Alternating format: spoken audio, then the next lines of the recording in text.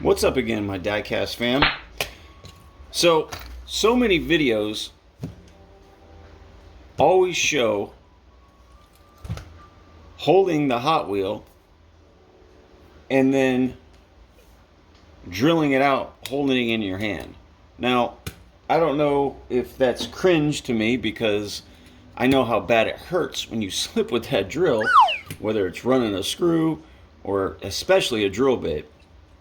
But I don't know, maybe because I've used drills and tools my whole life where I didn't even consider even trying that, even from the get-go when I started stripping these customs. So this is a how I do it, not a how I do it video, because I just found out long ago when I first started that there's got to be an easier way than to use assorted bits to get into these cars.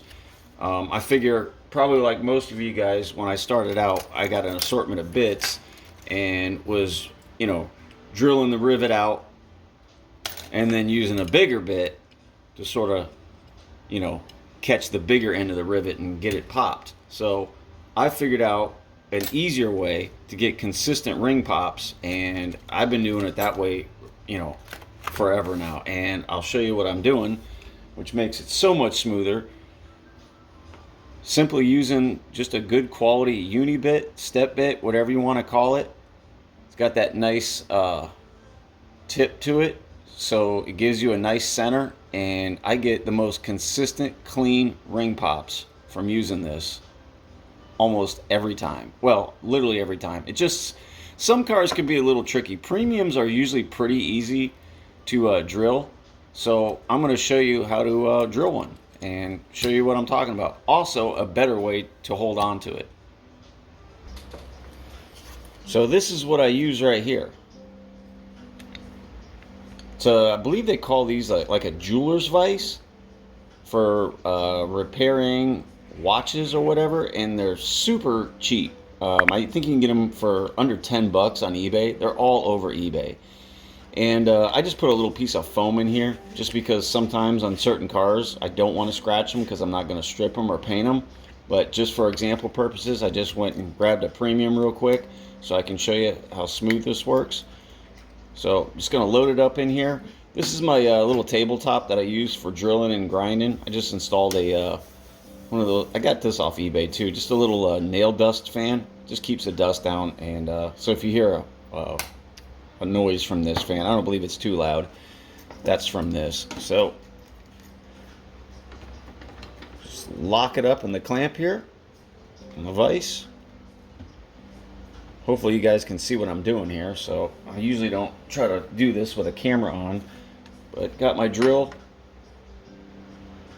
got my uni bit, step bit, whatever you want to call it. I will tell you that I have used cheaper ones and they don't work at all, but this Milwaukee has been my go-to, and it gives me consistent ring pops all the time. Matter of fact, this little vacuum bag under this dust fan was just filled with the rivet rings because it does such a good job at drilling this out. So hopefully for this video here, you guys will see how smooth it works. Like I said, sometimes basics could be a little bit trickier. I don't know what it is, but premiums work so much better. So basically what I'm doing here is I'm just going to be drilling right into the center of that rivet right there, in case you guys can't see.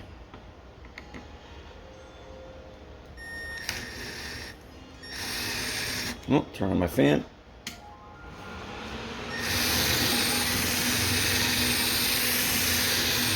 Just roll it around a little bit. Boom, done.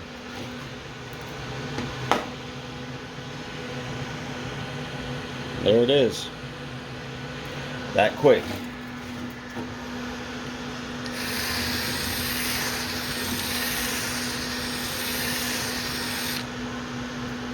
And there's the second one. That quick, that easy. Brush off the dust. Oh, keep my fan on here.